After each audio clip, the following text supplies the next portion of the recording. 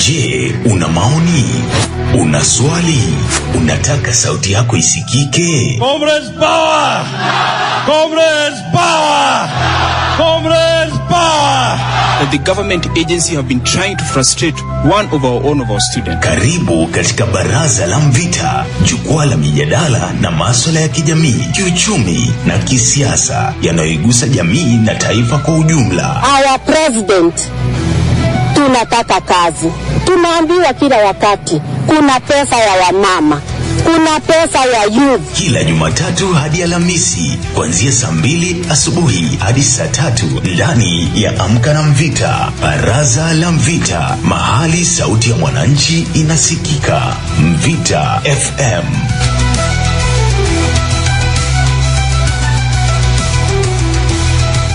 Right, this is Mvita FM, Baraza la Mvita on a Monday 25 mwezi ni wa 5 mwaka wa 2026 na kama ilivyokuahidi on Friday na earlier this morning kwamba tutakuwa na mgeni ndani ya show, na tayari kabisa mgeni wangu ameweza kutua studioni. Karibu sana Lilian. Mambo namna gani? Vizuri sana Mr. G. Asante sana kwa kuni host siku hii ya leo. Yes. Niko mzima. Yes. Na nashukuru kwa kufika hapa leo. Yes. Lilian ni nani? Lilian Achieng ni nani? Tukianza hapa. Asante. Mimi kwa majina naitwa Lilian Achieng. Yes. Ni mkazi wa hapa Mombasa. Nimetumu kwenye masomo ya hospitali medicine. In other words, I'm a health system manager and a diagnostic radiographer.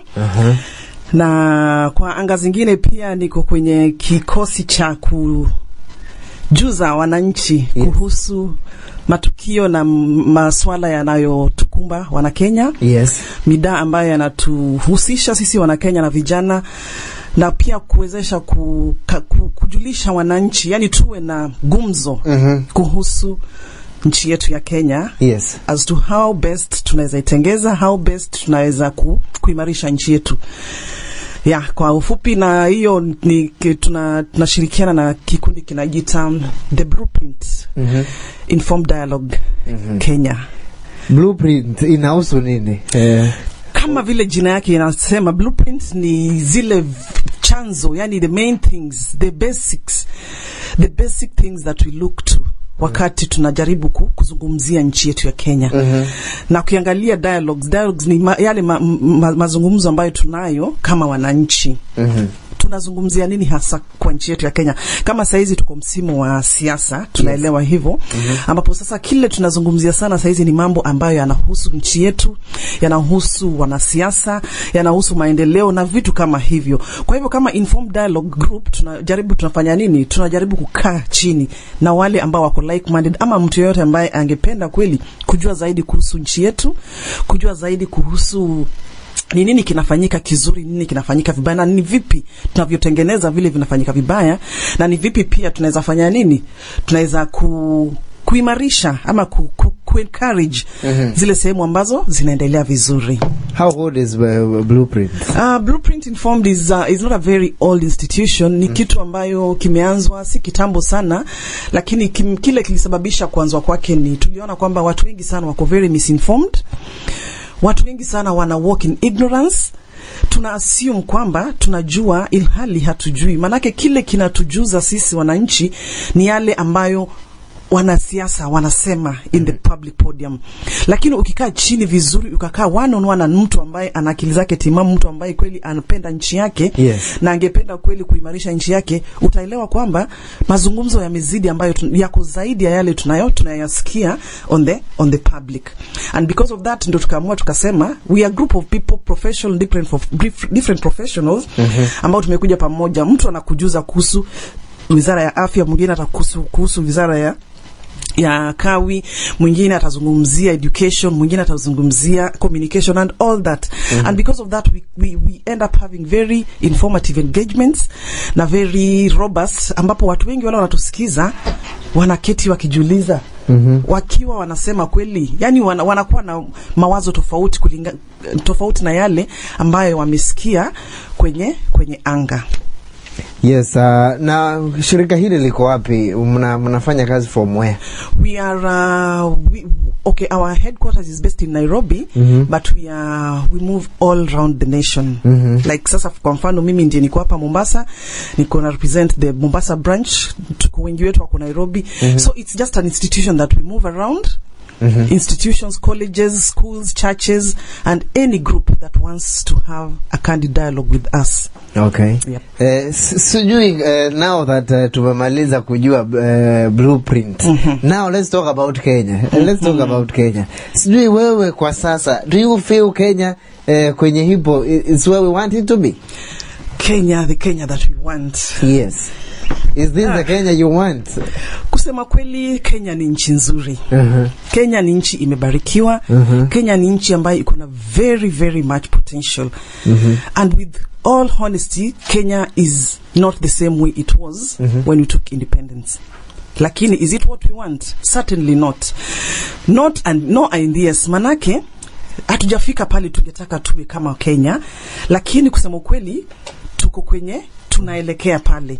Hatuwezi sema tuko pale tulianza, lakini pia hatuwezi sema tumefika pale tunataka. So Kenya gani tunataka?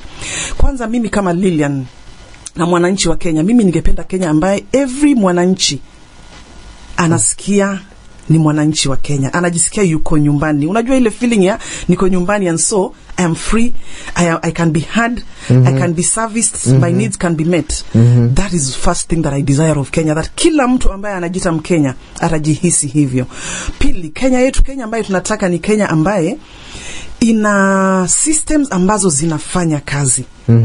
Na systems ambazo zinafanya kazi inamaanisha kwamba kama ni rule of law tunaipatia sehemu yake, na tunaipatia heshima ambaye inahitaji. Manake kila Kenya yetu, every institution na every system inafanya nini? Iko na very very informed, very learned people, very educated people ambao wakati umempatia mtu kazi, you can be sure that ni mtu ambaye anaweza fanya kazi yake. So if we have systems that can function where the rule of law is followed, every institution is given its monotony to operate on its own. Si kwamba nimekupatia kazi na huku tena nataka kudictate vile unafanya kazi yako. Hapana. Tunataka kwamba kwa vile sote ni wana Kenya na sote tunataka kizuri, we want the best for Kenya. Tunafanya nini? Tuko na hiyo nafasi ya feel that is the Kenya that we have. Yes. Another thing that the Kenya that we want visionary leaders. And in that point, kwa muda huu mtaniruhusu nipatie pongezi na kondole kwa rais wetu William Samoei Ruto kwa sasa. Na si yeye pekee yake, hata wale rais in that aspect that he's a visionary leader.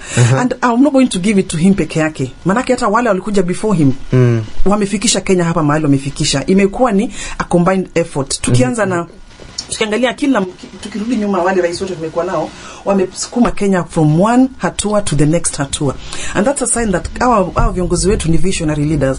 Na sasa kwa rais wetu wa sasa, kile ambaye amewapisha nao wote ni kwamba he was so daring to dream for a very big nation. Unajua wengine wetu ama mara nyingi mwananchi huwa wanaogopa kusema niki so much that I can swallow, nikiwaza nikiwa na ndoto kubwa ambaye siwezi timiza, nitaonekana nimefail, nitaonekana kwamba I'm just ambitious, nitaonekana kwamba mtu tu ambaye hajui kile nataka. But Rais Ruto alijisimamisha kidete na akasema liwe liwalo, this is what I want for the nation of Kenya, that Kenya will be a first world nation for sure, if not for anything. But that vision, it is something to admire. It is something to sit down and say, where is he coming from? Ni nini ambaye ameona kwa nchi yetu ambaye kinamfanya asimame na atoe matamshi makubwa kama hayo, ilhali sisi kama wana Kenya tunaona bado tuko nyuma sana even to dream of such things. We have so much to do. But he said, with all that weaknesses and all the challenges that we have, we can still have a first world nation. So visionary leadership is nothing that you can beat. Manake, if I refer to something that I hold close to the Bible, yes. Biblia inasema kwamba wazo lako, when you have a vision and you write it down, then it's just a matter of time before it comes to pass. But kiongozi ambaye hana vision ni kiongozi ambaye hakuna pali atawapeleka. because you have to see it, you have to imagine it before you lead people there. So if you can't envision it in your mind, if you can't see it in your mind, if you can't dream of it, then how are you going to take people there? And that is what Ruto, the step that Ruto took, that I want to give a very high five, a very, a hearty congratulations to our leader. And then another thing that I desire for Kenya, the Kenya that we want, again vile nimequote neno la Mungu, ni kwamba iwe nchi ambaye inamcha Mungu. Manake wakati mmeweka Mungu kipaumbele in everything that you do, yes, 9 out of 10 of the times, actually 100% mtafaulu. Manake Mungu ndio mwanzo na mwisho wa kila kitu. Absolutely. Kwa hivyo wakati tunamweka Mungu mbele, tunamweka Mungu katika kila hatua yetu, tunaweza kuwa na ile ushawishi kwamba tutafaulu. Tunazidi kuendelea na mgeni wangu Lilian, na kama nilivyokujuza awali ni kwamba finance bill ya 2026 inaweza kuwa leo, nafikiri leo saa 11 ndio itakuwa siku, ama ndio itakuwa siku ya mwisho wewe kuweza kupeleka mapendekezo yako katika bunge. Kabla hatujafika pale katika finance bill, Lilian, ningependa tuangazie story ambayo ni kuu katika magazeti asubuhi ya leo. Ukiangazia gazeti la People Daily, ukiangalia Daily Nation, ukiangalia Taifa Leo, wanaangazia vote rigging. Ni story ambayo imekuwa hata wanasiasa wakizungumza, wakisema kwamba hata akikosa kushinda tutamsaidia, and wako sijui, what's your take on that? Is that really the Kenya we want?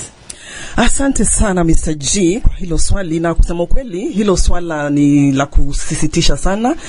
Na it's not giving a very good picture ya nchi yetu.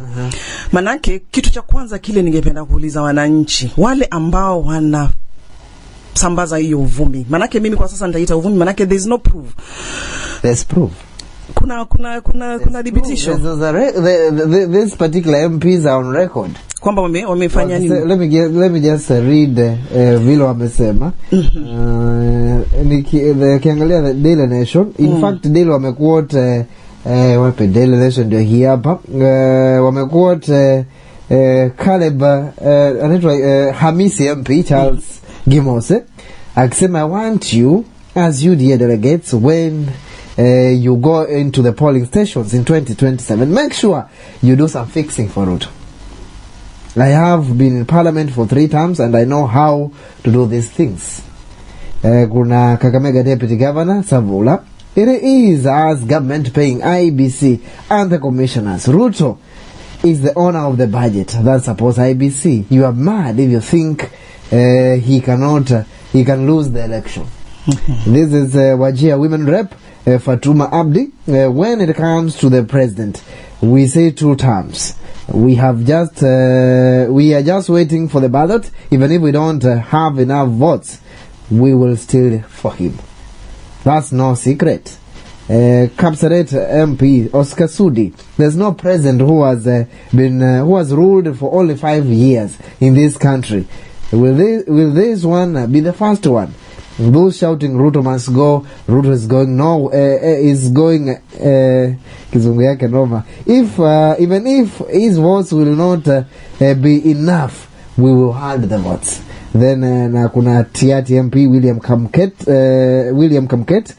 if they joke, I come from the county of 24 years. Baringo County knows how to manufacture a president to survive for 24 years. If they joke, we can tell you to extend past the 2 terms. Wow. Is that the Kenya we want? That is not the Kenya we want. But you, first and foremost, you'll realize those are specific people you have mentioned. Na kweli kile wamesema ni si kitu cha kupuuza hivi because these are leaders in their own capacity. But hata kama leaders in their own capacity, everybody must be responsible for their own words. Everybody must be responsible for their own actions. And at this point, so that I don't want to be seen like I'm ignorant to these facts. Honestly speaking, those are sentiments. Hizo ni mazungumzo ambazo zinafaa ziletwe kwenye kitabu. They must be put to book. And we need to understand where are they coming from. Because we don't want, we understand, we have seen what it is to have election malpractice in the previous past. And if that is sneaking itself in the coming elections, then Kenyans need to pause and ask themselves what exactly is happening in this nation. Having said that, again, I repeat that every person is responsible for their own utterances. Na ukiangalia kila mtu ambaye umemtamka hapo, ni kila mtu, the best thing that should happen at this stage, in my opinion, what I would recommend, ni kwamba wachukuliwe, waulizwe moja kwa moja, and they should give their facts, proof of what they are doing or what they've seen. Because usisahau, kuna political arena is full of mazungumzo, ambapo kuna zile ambazo zina weight na kuna zile ambazo watu wanasema tu ili kufanya nini, kusababisha vurugu na kutint the opponent a bad picture. In this case, hawa ambao wanajaribu kusema hivyo, nani amewatuma, wanamfanyia nani kazi, wana nia gani haswa wanaposema hivyo, na kitu cha pili ni mikakati zipi ambazo wameweka kweli ambazo zinawapatia hiyo ujasiri ya kusema kitu kama hiyo in a public podium. And this is something that should not be taken lightly. Yes. Because we are in a place where we are campaigning for a free and fair election, a Kenya that is transparent, an election that is transparent, an election that ultimately tutajua ule ambaye atachukua uongozi ni yule ambaye wana Kenya wamechagua. But on the other side again, and this is what I always like falling back on, haya yote ni magumzo tu, ni mazungumzo tu kutokana na watu. Kila mtu atatoa porojo zake, atasema maneno yake, atasema kile kiko kwa moyo wake. Sisi wa Kenya pia tutaenda kupiga debe, na msema kweli atakuwa ni Mkenya. Msema kweli atakuwa ni Mkenya. But the truth, the ultimate truth, itakuwa ni nani ambaye Mungu atakayechagua. Kwa sababu gani nasema hivi? Biblia again inasema sisi tunachagua, lakini ni mienendo za Mwenyezi Mungu ndio zinatimu. Kwa hivyo as much as tutapiga porojo, tuseme nini, tuseme tumeweka mikakati zipi, tumefanya nini na nini, at the end of the day yule ambaye atakaa kwenye ile kiti cha ufalme, ile kiti cha uongozi, ni yule ambaye Mungu aliyemchagua from the beginning of the time. Kwa hivyo hizi zote zisitutishe, zisiwe vitisho, ingawaje hata kama si vitisho, but pia ili iwe ni funzo kwa wale ambao wanataka kusimama na ku make such sentiments in the public arena. These people must be put to books. They must be brought down and told, mbona mnasema kitu kama hiki? Ni nini hiyo ujasiri gani mlionayo? Ni nini ambacho mmefanya ambacho mnajua kweli kama ambavyo wamesema ati rais haizi shindwa? Ni nini ambaye amefanya ndo anajua hata tufanye nini? Manake ni Wakenya wanaenda kupiga kura at the end of the day. Si mtu mmoja na si wao peke yao. We are talking of over 50 million Kenyans here. Na kama unazungumzia watu wa 50 million Kenyans na wewe ni mtu mmoja tu na ujasiri kama huyo, tunafaa kukuchunguza. Tujue ni nini haswa uko naye behind your sleeves that nakupatia nguvu ya kutamka mambo kama haya in a public podium. Manake hizi ndio vitu zinafanya watu wanapigana, zinasababisha vurugu kati ya wananchi mwingine. Yani unapata mtu sasa, na itafanya pia watu wengi sana watakata kutokeza kupiga kura, ambapo washafanya kile wanataka, unaona. Alafu pia that could be a way, kuna njia nyingi sana za kuwapanya. Mtuingize baridi, ama tuingize wananchi baridi, waseme kama unakumbuka wakati wa Iran ya 2020, wakati wa Uhuru na mwenda zake Raila, walipokuwa na 2017 walipokuwa na the rerun after the first elections ilikuwa nullified. So unaona ile baridi, watu waliingia wakasema ati hapana, they'll still do the same because IBC ni the same people. What happened? Wale ambao walikuwa wana support upinzani walisema hatupigi kura, na ikawa an open win for the ruling party of that time, which was Uhuru Kenyatta. Na maybe that is the only another thing that they want to do, kwamba muingizwe baridi, mseme hata tukienda, manake kuna leo wana reason hivyo, wanasema mimi hata nikienda kupiga kura na washamua nani atakayekaa kwa kiti. Hata wameleta Waganda kupiga kura. Wengi wale wangeza kupigia upinzani watakaa nyumbani waseme hiyo ni ku waste of time. Alafu apatie ule ambaye amepigiwa uvumi a free win. So let's analyze, let's sit down and analyze what is the motive of this language, of these utterances. Manake there's something they want to drive. Wanajaribu kuingiza watu baridi, ama wana ukweli, ama ni nini wamefanya? Hizo ndo swali tatu ambayo tunafaa kujiuliza wakati viongozi wanatengeza wanasema such statements in public podium. Na tukua pale you find that Sijui kama ni mimi ama kama wewe pia you have the same opinion. Tumekuwa na some issues in our country, especially in the past few days or weeks. Tumekuwa na issue ya mafuta, kwamba mafuta yako juu, and of course kumekuwa na some stories ambazo zinafaa kuwa zinaangazwa. Watoto wamekuwa kipotea. Kuna such stories kwamba watoto wamepotea, wanakali walienda wapi, and so forth. What is our parliament doing? Because nafikiri sasa ndio wakati wabunge wanafaa kuona wana hata kama walikuwa hiyo miaka 4 walikuwa hawamwangazii Mkenya, wanafaa kuwa wanajifanya sasa wanampenda Mkenya. Ni kweli kabisa, na hilo ni jambo la kusisitiza sana na la uhurumisha sana, kwamba nikianzia na hiyo ya mwisho ambayo umeuliza ya kwamba watoto wanapotea. As a mother, that is a very sad situation. Hakuna mzazi yoyote ama hata mtu yoyote angependa kweli kusikia kwamba mtoto ametekwa nyara, amepotea, na mara nyingine the next thing mwili wake unapatikana ametupwa mahali fulani, sehemu zake za mwili zingine zimetolewa. Ni inaonyesha the rate of cruelty that wanadamu wamefika hiyo kiwango. Na kusema kweli, ili ni jambo ambalo hata kama tutataka, ndio viongozi wetu wako pale kufanya nini? Kutumikia Wakenya na kuimarisha usalama, kuimarisha maisha bora kwa Wanakenya wote. Policies ambazo wameweka zinafuatiliziwa mpaka mwisho. So in this case, these are security threat.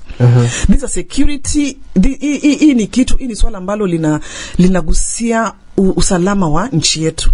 Na hapo ndipo saizi wakati kweli unasema wanasiasa hawa ama au viongozi au parliamentarians waondoke kwenye viti vyao.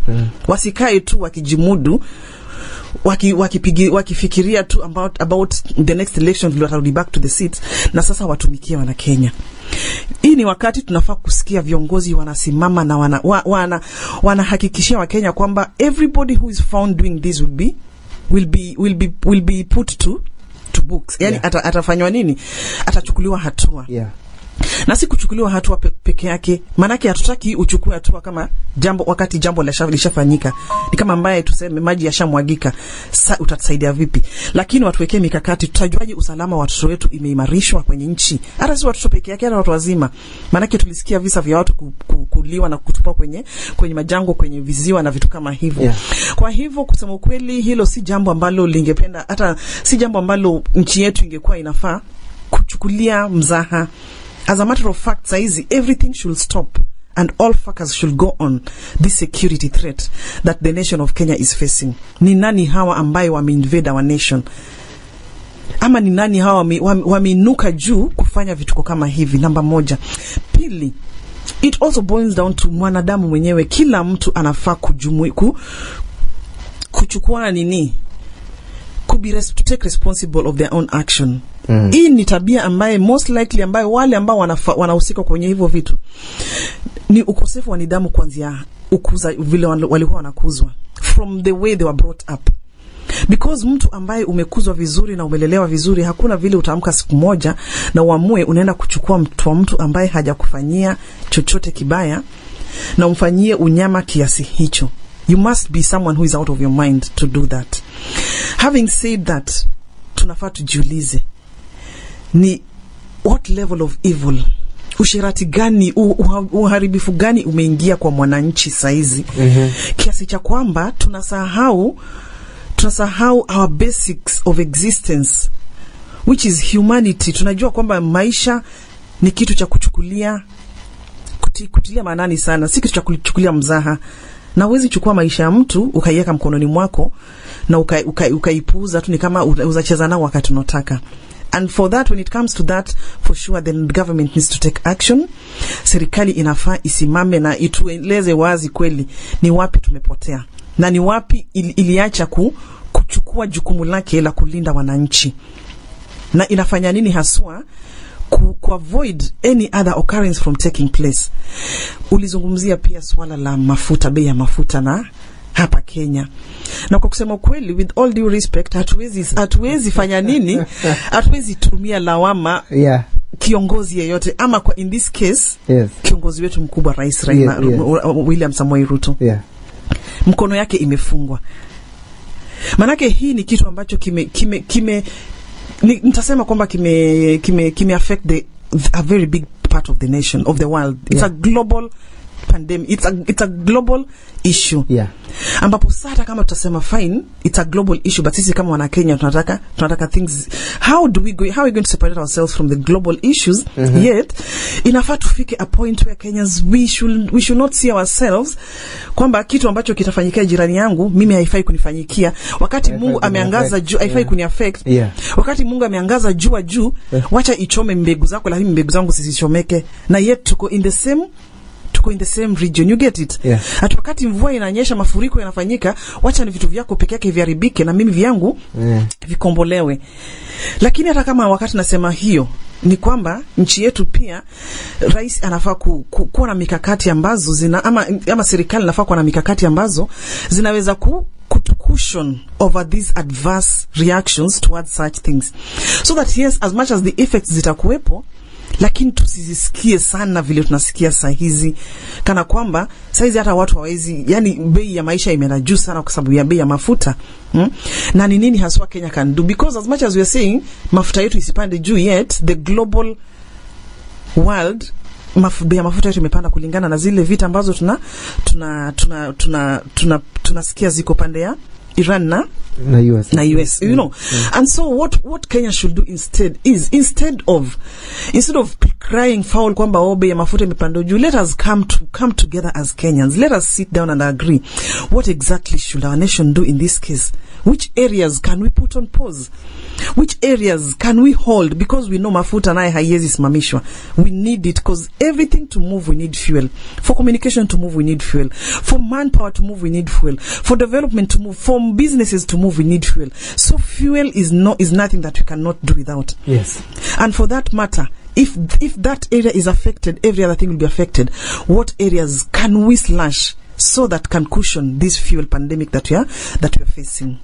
But people feel like the fact that tunapanda na 30 leo wanasema tumepunguza na 10, wana feel kwamba ni kitu ambacho wanatumia their feelings.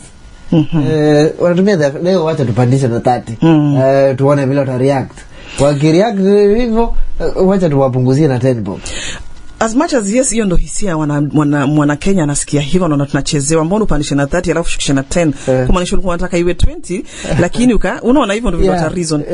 But ideally mimi nataka kuimagine kwamba hawa ni viongozi ambao wanachukua muda kukaa chini kuangalia kweli vile nimekuambia, what can we cushion, what can we reduce, which areas can we balance. Na wakati mafuta imefika hivyo imepandishwa na 40, wakasikia kilio cha wananchi, wamerudi back to the drawing board. This is what I want to believe. Wakaketi chini wakaangalia kweli if 40 can be too much. So what is it that we can reduce? Maybe we can reduce in the subsidy on fertilizer for this season, ambapo from that we can only get 10 shillings from each. Sasa wacha hiyo 10 turudishe kwenye mafuta haya. Leo tumeweza kupata 10 from this area, tukakuja kupunguza mafuta. And then the dialogues are still continuing. Sika na kwamba wamesimamia hapo. Ndio maana hata rais ulipomsikiza juzi anaongea na uchungu mwingi kwenye moyo wake, kwamba anasema kweli ndio mnasema na mimi naona kweli bei imepanda juu kwa sababu ya mafuta imepanda juu, lakini niambieni tuachilie sehemu gani? Maana hizi sehemu zote ambazo zimeangaziwa ni vitu ambavyo Mkenya anahitaji. Ukisema sasa tunyang'anye tusipatie maybe universities and colleges and schools their pay and then tuweke hiyo pesa kwa mafuta, schools will also lag behind. Tukisema tunyang'anye kawila maybe food and production, pia wao watasikia kwamba hawezi operate in their optimum. So what exactly, and this is what I would also want to ask wa Kenya na wasikilizaji, hebu tukaeni chini tuambiane ni wapi ambapo unaona tunaweza legeza kamba ili tukaweze kustabilize the fuel area so that we are not taking we atumizi pande moja. You know, atusimamishi pande hii wakati tunaumiza pande huu mwingine. Kwa sababu ukiangalia with fuel, and maybe the one thing that with fuel affects every other area, and so it's just a matter of adjusting every other area to cover up for the fuel inflation.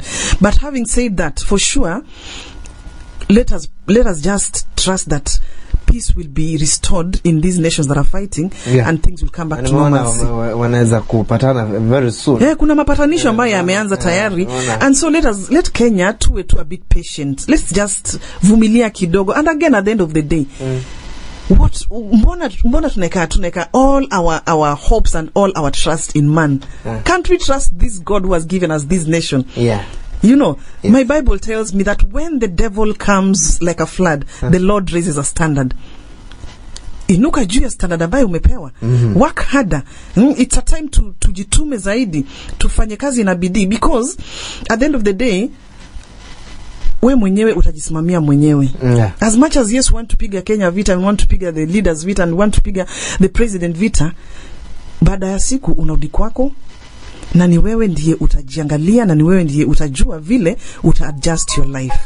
Yes, and kuna swala tulikuwa tunazungumzia hapo awali, swala la unyama ambao umeweza kuonekana kwa watoto na nini. Wengi watahisi kwamba kutokana na tuanze 2024 wakati wa finance bill demonstrations, and ulipata kwamba kulikuwa na goons ambao waliweza kuingilia hawa peaceful demo ambao waandamanaji ambao walikuwa na waamani, and you find that hawa police officers walikuwa na escort.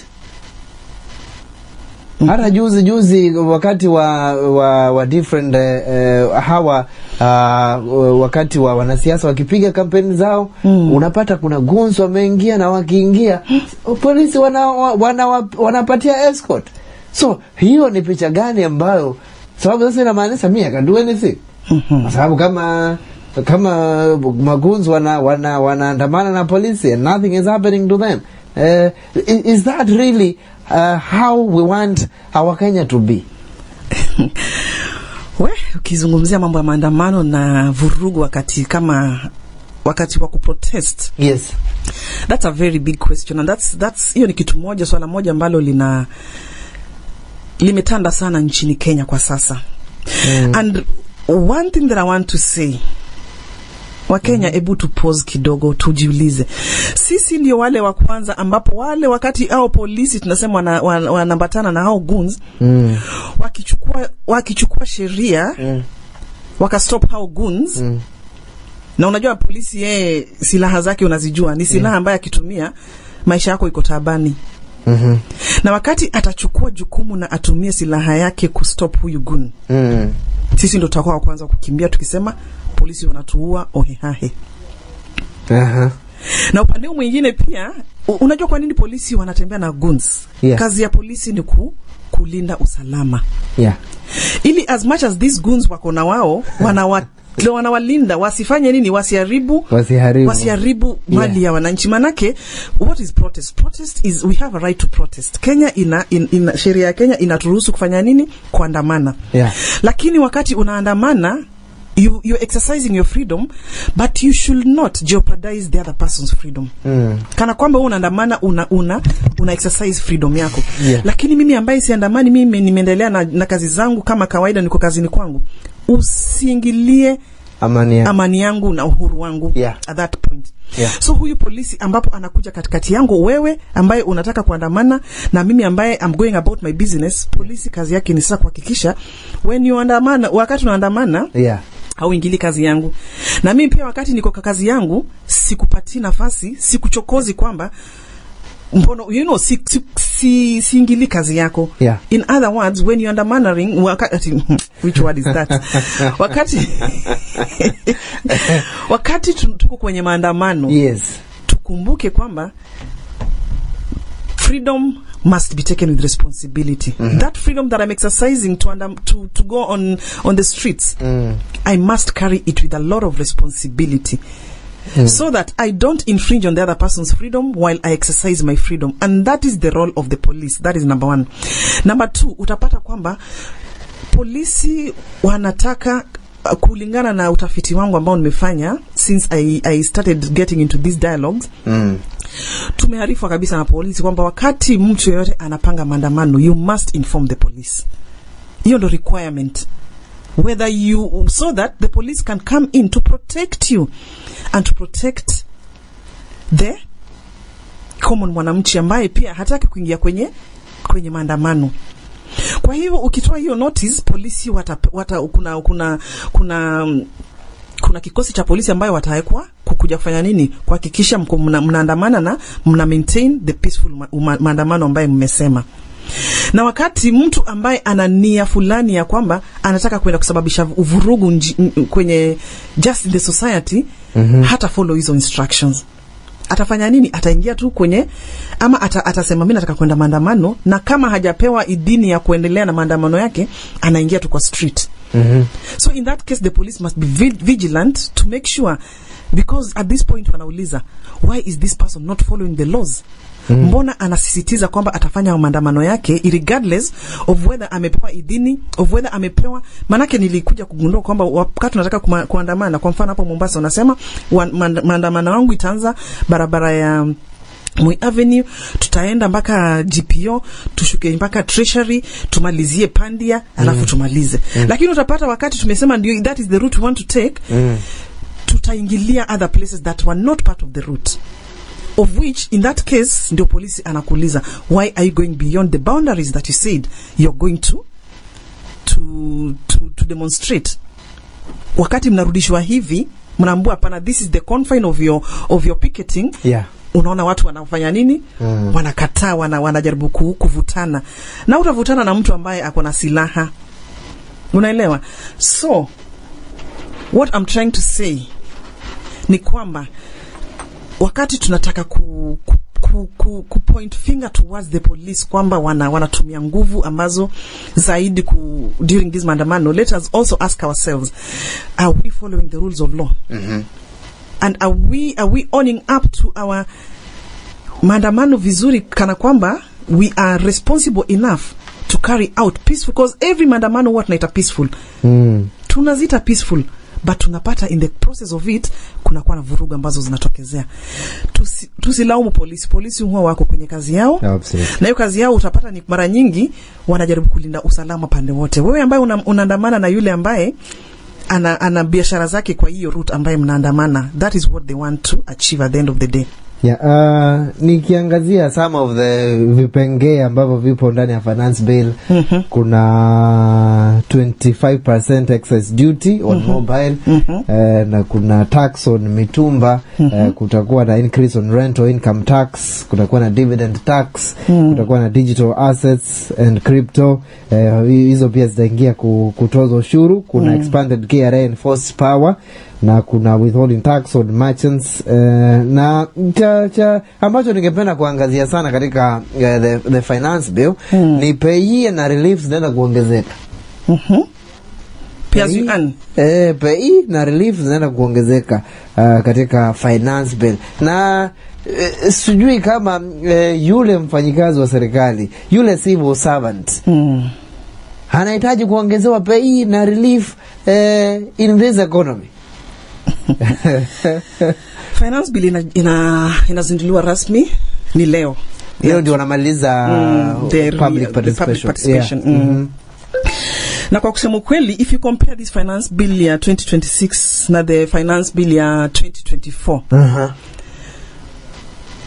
bila kupendelea na bila kuonelea pande yoyote, this finance bill is far much better. Kisa na maana ile ya 2024 ilikuwa inaangazia sana jinsi ya kuongeza ushuru, how the government is going to increase its revenue collection. This finance bill ya 2026 inaangazia zaidi how to reinforce the system that are already there again towards the collection of this revenue. It's not going to increase the revenue collection, but it's going to reinforce the principles that govern these selections, these collections of revenue. Umetaja kwamba vitu kama mobile phone ita-increasiwa with the bill is being increased. And for example, kwanza kwa mfano, let me correct you. Pay as you earn is not going to be touched. There's not going to be increment. itaongezewa tu kwa anga za juu, lakini utapata wale ambao wanapata nini chini. Kuna bands na percentage ya kama unapata 30 na kushuku unapewa sijui 10%. Actually below 30 there'll be no tax. There'll be no pay as you earn, and that is one of the things that the government is doing to bridge the gap between the very rich and those who are the low income earners, so that the burden is spread amongst those who have more, and those who are earning less can be cushioned so that they don't feel the burden so much. That is number one. That is point number one. Point number two. Just a minute. Let me open up that document because I have it and I want to speak with a lot of proof. Yes. Na tukua pale. Yes, okay. Umeipata? Yeah, the only increment that you're going to see is on things like on the rental income. Ambapo rental income is going to increase from 7.5 to 10%. Yes, utasema kwamba hiyo inakuwa ni burden on landlords. But as much as the burden on the landlords, what we're trying to achieve in that case, the cost is going to move from the tenants to the landlords. I don't know, sijui nitakwambiaje. And because again utarealize landlords those are some of the informal selections ambazo zilikuwa haziangaziwi sana wakati wa income, wakati wa collection of the revenues. So wao ni kumulikwa si kwa na kwamba bei yao imepandishwa juu. Initially the tenants were not there was no much collection that was taking place from the tenants, lakini saizi we are taking it from the informal collections to we are broadening the collection of revenue in the informal sectors, wale ambao hawajaajiriwa formally, where they can automatically do what, pay as you earn. So another thing that I'm also noticing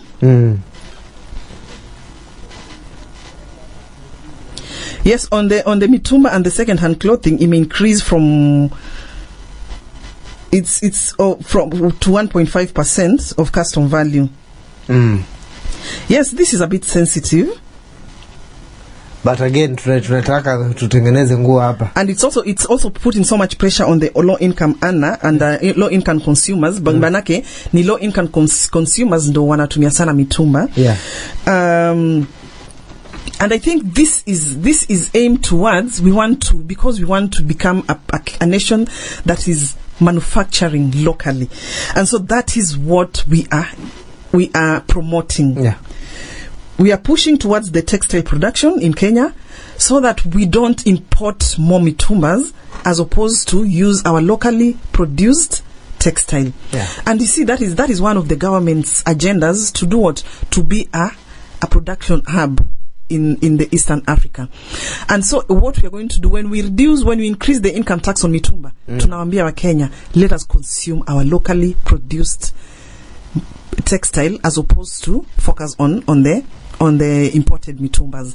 So I think it's just a matter of kutoka kwa mkono kupeleka kwa mkono. I don't think it's really coming to burden us so much, but we want to be at a point where tunajitegemea wenyewe na tuna promote our own production. That is what I'm seeing in that kipengele. But let us also look at the good side of this financial bill 2026.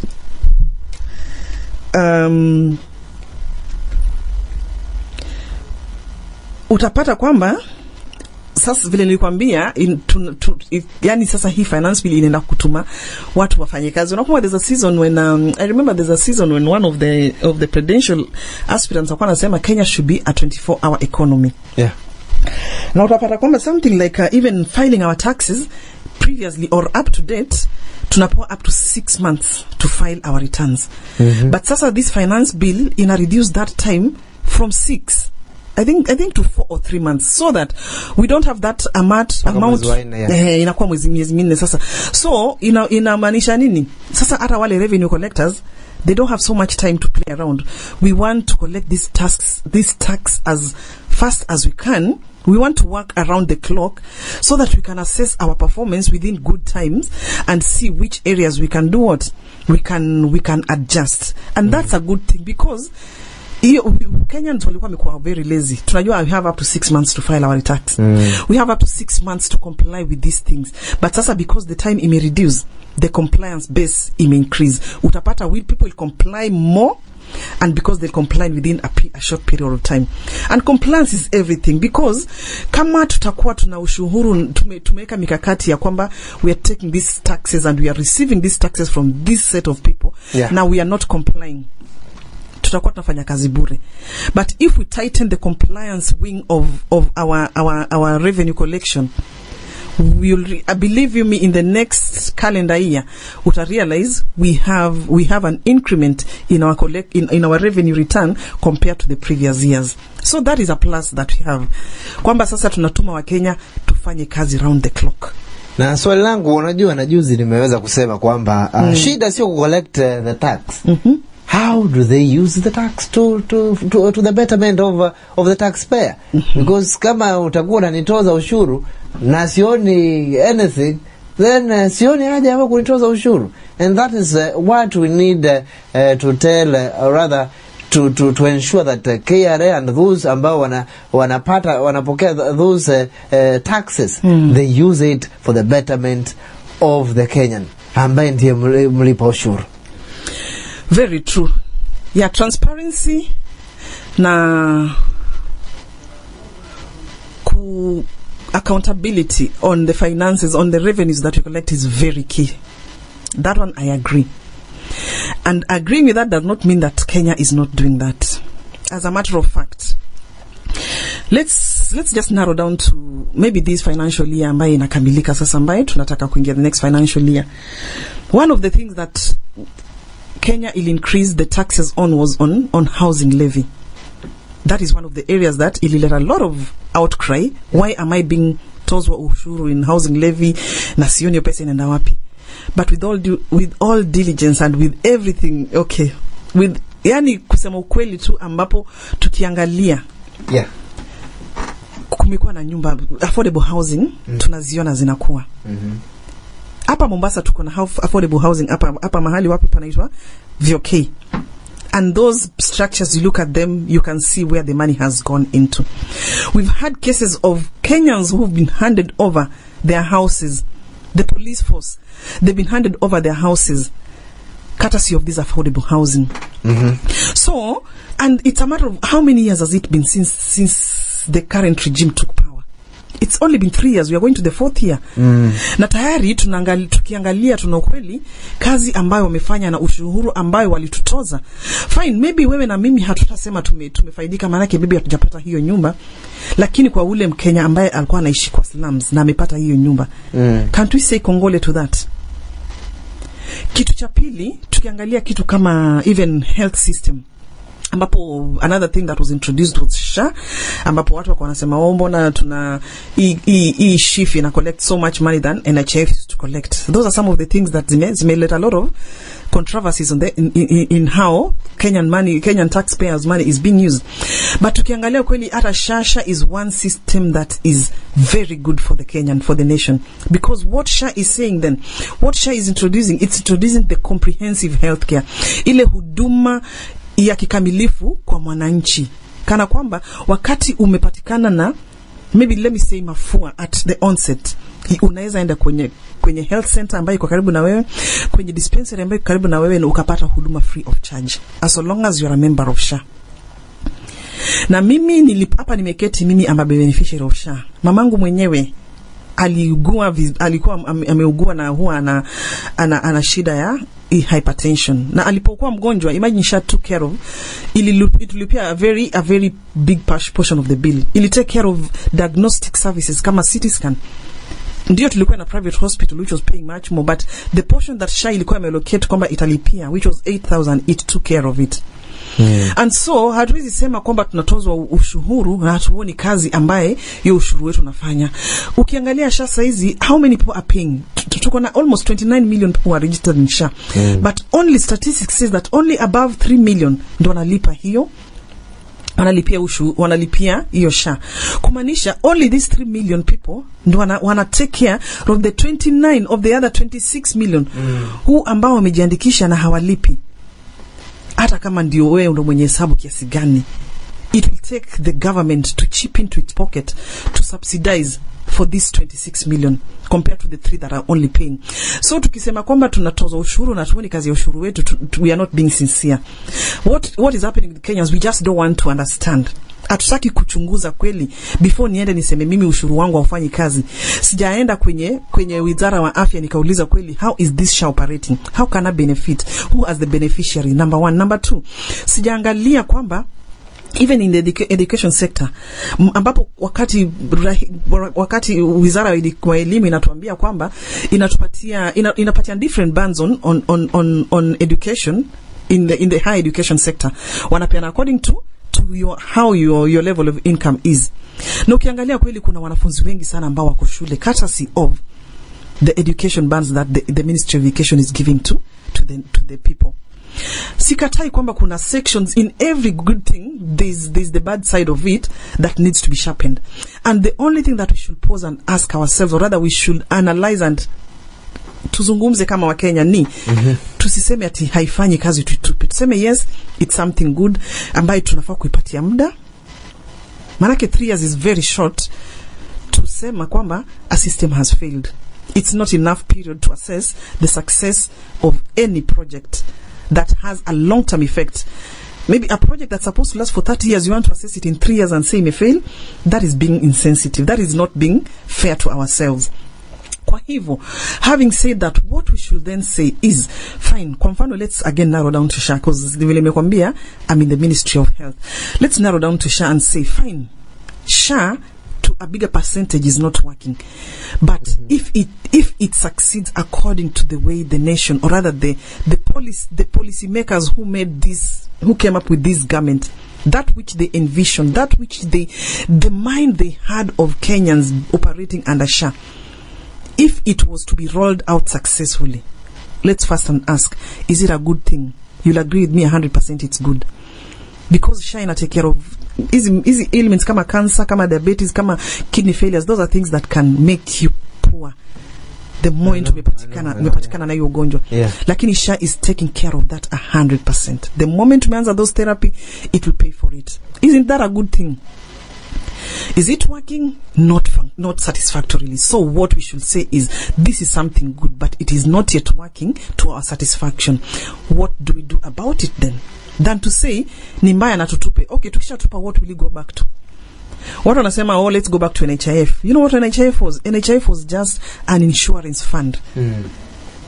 Which was only taking care of the medical bills, but it was not going to the nitty-gritties of giving free primary health care, free comprehensive health care to maybe terminally ill patients, and it was not also going to take care of the funding of the infrastructure in our hospitals, our health systems, our health facilities.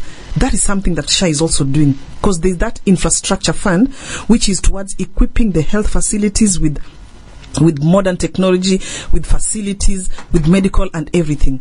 So we cannot say that to SHA we go back to NHIF. That is a backward move. Yet we are focusing towards going to Singapore, and we are going to Singapore in our lifetime. Yes. We are certainly going there. Right. Saa 3:09 ningependa tumalize sababu muda nao umesonga sana. Kwa haraka kipindi hiki cha siasa, ungependa wanasiasa wa behave namna gani? Asante sana. Kwa kusema kweli, hiki kipindi cha politics, hii season ya cha siasa, ningependa kuhimiza wanasiasa kwamba wawe na nidhamu wanapo engage in the political space. One thing that they should know, that sote ni wana Kenya. We are all Kenyans, and this Kenya is for all of us. Now, as much as wanna aspire in those positions of leadership, they want to get there and lead a Kenya that is united, a Kenya that is standing, a Kenya that exists.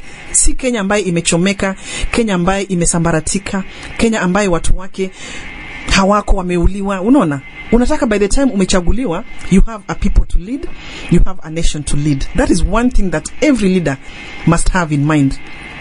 Such that wakati wanaenda kufanya siasa zao kule nje, their main aim is not to divide, is not to sambaratisha, is not to maliza Kenya, but to encourage Kenyans to engage in healthy conversations, in mazungumzo ambayo yanastawisha maendeleo, mazungumzo ambayo yanaweza kutufanya kupatia Kenya ile space ambayo is admirable to the global world. Wasiende wakisema vitu ambazo don't happen in Kenya, airing our dirty linen in public, and even that linens that are not there, you know.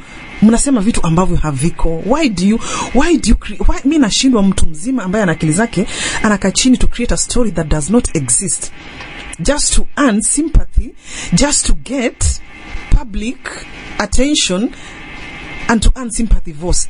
Yeah. That does not work. Not with the today Kenyan who is very well informed, who can access information in our portals and in our government systems. It will not work with today's Kenya. Utadanganya mtu ambaye hajui. Number 2, politicians wanapojihusisha na mambo ya kisiasa, let us remember that at the end of the day, kile tunataka kwa Kenya ni maendeleo. Kana kwamba kama mtu amefanya kitu fulani na kitu kizuri, usikimwagie maji just because unataka uonekane. Don't water down an obviously developed project, something that is good and that is succeeding, that many Kenyans are succeeding on, just because you want to be seen. Unataka kumshusha mtu mwingine. Kama kitu kizuri kitaje kama ni kizuri, na kama unafikiria unaweza kiweka better, then speak on that. Yes. But don't rubbish what is already working in the name of just because you want to be seen. Because we are also seeing, Kenyans are seeing. Those who want to see will see, but those who are blinded will close their eyes. Another thing that politicians must observe wanapoenda kutafuta uongozi kwa hizo different positions. Yeah. Another thing that they should consider is that at the end of the day, kama vile wanasema, yule ambaye Mungu alichagua kwamba ataketi kwenye hivyo viti ndio ataketi. So kwa wewe na mimi ambaye tunapendelea mtu fulani against the other person, what is God telling you in this case? It is not your role to choose, to select your leader. Your role is to relate well with fellow man. But for the leaders, I am the one who will choose. Once I know that, I pick my position, I support my specific candidate prayerfully, and also understanding that at the end of the day, kama ataketi kwenye kiti, kweli ni yeye Mungu alichagua. Na kama atashindwa, basi siye, na yule ambaye atakayechaguliwa, it's my jukumu then to support them. Because at the end of the day, when I support my leader, I'm supporting my nation and I'm supporting myself. Yes. Now, what role do you think Blueprint will play towards the elections? Just like I told you, what our mandate is to have candid, transparent, and very authentic dialogues with Kenyans who desires to hear, anyone who wants to know. Because unaona pia kuna watu wengi sana wa Kenya, kuna wale ambao wame make their minds. Mimi as long as, kama nakumbuka wakati mwenda zake alikuwa bado uko hai, kulikuwa na sehemu ya Wakenya ambao wanasema bora baba ameshasoma mimi na baba akishasoma nimeshasoma. Na baba atasoma kulingana na kile kinampendelea. Atasoma ndio ataisoma, lakini vile atakwambia kile kinampendeza yeye. Yes. And you see that those people, there are that section of Kenyans who will be at that point where they say, me, as long as my leader has said it, I go with it. Yeah. And there's that section also who will want to see, yes, my leader has said it, but what is the reality? Is it true? What does the government of Kenya say? Does the constitution of Kenya say? What policies governs this which my leader has said? And they'll take time to understand what the policy says, what the government says, what the constitution say, and then compare it against kile kiongozi wake anasema. Now those are the kind of people tuna target. Wale ambao will pause, and you'll come to agree with me that majority of Kenyans saizi wamefika point where hawataki kuambiwa tu, wanataka facts, wanataka proofs, wanataka evidence, and those are the set of people tuna target. Kwamba kama unataka kusikiza, hatutakuja na makelele, hatutakuja na poroja, hatutakuja na wishes, will come with facts, evidence of what is happening, what is not happening. Alafu tutataka kusikiza we Mkenya, this that which is not happening, how best can we work around? Because at the end of the day, yes, we have leaders, but Kenya itatengenezwa na kila mtu, both the leaders na sisi. So sisi kama wananchi, what is our role? Our role is to understand what is happening, what is working well, and support it, promote it best, what is not working well, and help to improve it in our small capacity, now what we have. And then in that manner, that is where the blueprint is coming in, that we are talking candidly, we are engaging in very robust communications. Tunazungumza na kila mwana Kenya ambaye anataka kusikiza, kujua ni nini haswa kina happen kwa nchi yetu, ni nini haswa maendeleo yapi ambayo tunayo, na tunawezaje, na we are going ahead to enlighten even Kenyans how we can tap into these maendeleos, because kuna maendeleo ambayo yanafanyika mengi sana, lakini kuna watu wengi sana ambao hawajui, je, how can I tag along, how can I tag into this maendeleo. Kwa mfano kama tunazungumzia affordable housing, hizi nyumba zinajengwa na Wakenya, hatujaleta wa China kuja kujengeza nyumba, unaelewa? Yes.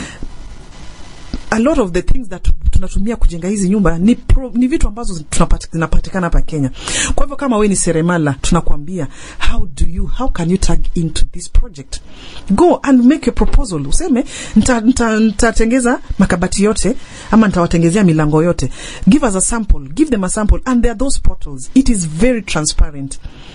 It is very transparent, and those are some of the things ambazo tunajaribu kuonyesha wananchi. You can get into this. Talking of SHA, if a system is not working, there are communication systems that you can air your views and your grievances, na utasikika. Na kweli kama ulikuwa umeonewa, utatetewa na utakuwa compensated accordingly. Lakini kama ni kitu ambacho bado maybe SHA is still working on, tutakwambia this is an area we're still working on. For example, SHA is digitalized, lakini mashinani huko maybe hatuna internet bado. So in such an area, tutakwambia when it comes to systems maybe ili fail. But even in that case, SHA is supposed to have an analog system whereby even though the digital system has failed, we can still serve you under analog.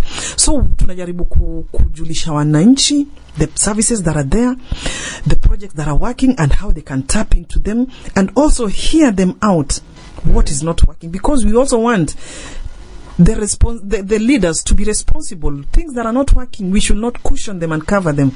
We should come out rightly and tell them this is not working, and this is what Kenyans are feeling about it. What do you do? How can we do it? Do we rubbish it, or do we change it, or do we improve it? How do we improve it? That is the role of Blueprint Dialogues. Yes, mtu akitaka kuafikia anafikia vipi? Tuko kwenye YouTube, tuko kwenye X-Space, tuko kwenye Twitter, and our handle is the Blueprint Dialogue, the Blueprint Kenyan Dialogue, Informed Dialogues, the Blueprint Informed Kenyan Dialogues. Yes. Every Wednesday you'll find us on the X-Space, handle the same, where tunachambua all those things that the emerging things, the current affairs, and the state of the nation in our platform every Wednesday saa 2:30 mpaka saa 4:30. So you can engage us there in the usiku. Oh, okay. Yeah, because it's Wednesday working day. Yeah. And then when you look at our website, you'll also get our contacts there. It's you can find us on Facebook, and personally you can also get me on my social media handle. Which is at Ogwell3, at lilogwell3.com, where you can, when you find me there, you can also get to meet more of the people that we work with. Okay. Yes. And tukimaliza, wazo lako la mwisho? Wazo langu la mwisho ni kuhimiza Wakenya kwamba Kenya yetu ni nchi nzuri, Kenya yetu ni yetu sisi sote, na Kenya yetu, we have the advantage kwamba first and foremost, Kenya is a very educated nation. And one of the best education systems in Africa we have in Kenya. And that's a resource that we cannot just downplay. Number pili, we have visionary leaders. Again, I go back to that. that just the audacity for our president to have such an audacious vision, an audacious dream, is a thumbs up to our nation, that we can have leaders who can see beyond today and envision a Kenya that will be in the next 30 years, as much as they sing it in 30 years, Kenya will be a first world. What kind of a nation will live to our children and our grandchildren when we turn to that first world nation? And then number 3, Nidamu starts with us. It starts with you. In your private space, in your home, as an individual, you are the change that you desire to see. If you change yourself, I change myself, they change themselves, then together we have a changed nation. And we are changing towards what? We are changing towards a mindset that is accepting a first world narrative. Let's start thinking like a first world nation. Let's come from this mediocre thought. Tuache kufikiria huku duni. Tutoke kwa hili mawazo la kwamba we can only afford nusu mkate when we can afford a whole loaf of bread, because we have what it takes to get Kenya to first world nation. And the current government in leadership is hands on. Their sleeves are folded to see that this vision come to pass in our times. Asante sana Lilian kwa kuungana nasi this morning. Anafikiri wakusikia amesikia ama namna gani? Asante sana Mr. G kwa kuwa na mimi siku hii leo. Kweli wakusikia amesikia, na aliye na masikio wacha aendelee kusikia.